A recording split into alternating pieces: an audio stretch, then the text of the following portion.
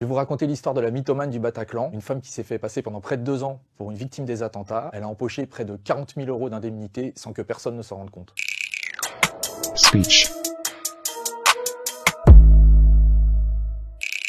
Quelques heures après les attentats du 13 novembre 2015, une femme, Florence, habitante du Val-de-Marne, qui a une quarantaine d'années, à travers un compte Facebook, envoie des messages de soutien sur le mur de son ami Greg. Elle lui envoie des messages de soutien. Je sais que tu es en réanimation, j'espère que tu vas bien.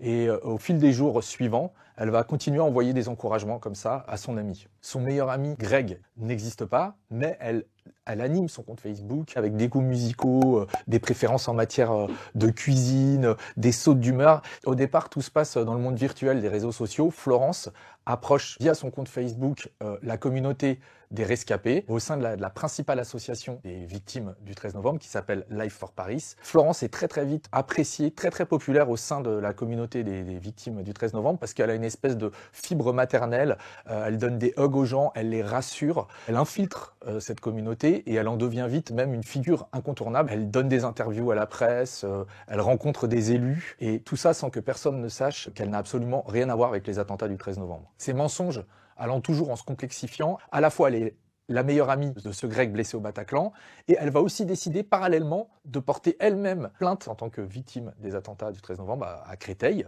Ce qui est fascinant, c'est qu'elle porte à ce moment-là, sans que les policiers le sachent, à sa cheville un bracelet électronique qui est dû à des infractions qu'elle a commises avant.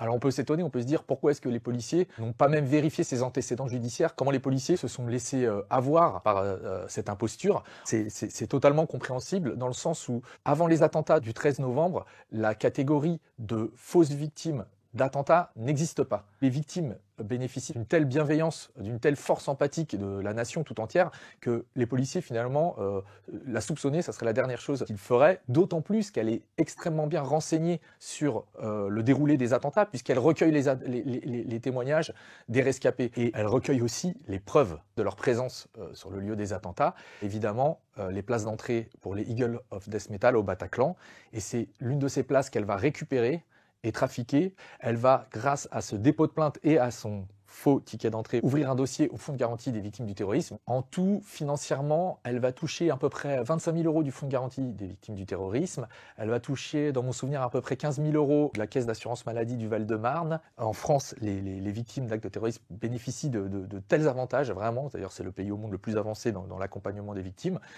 Qu'elle a dû se dire à un moment, mais pourquoi finalement ne pas en profiter, même si je pense qu'au début, c'est pas ce qu'elle recherchait. Personne ne peut se douter au sein de l'association que c'est une fausse victime, mais les mois passant, d'autres fausses victimes étant découvertes, la notion commence un petit peu à s'installer dans la conscience collective et il y a aussi quelques incohérences qui commencent à apparaître. Ce Greg, son meilleur ami blessé au Bataclan, il dialogue avec les vraies victimes via Facebook, mais pourquoi est-ce que personne ne peut le rencontrer? À chaque fois qu'il y a un rendez-vous qui est prévu, il se dérobe. Et c'est notamment une survivante qui, avec un flair incroyable, va se dire que quelque chose cloche. Elle va prévenir la police. Et là, sans que Florence le sache, une contre-infiltration va débuter. L'imposture de Florence va durer près de 2 ans. Moi, je pense intimement qu'elle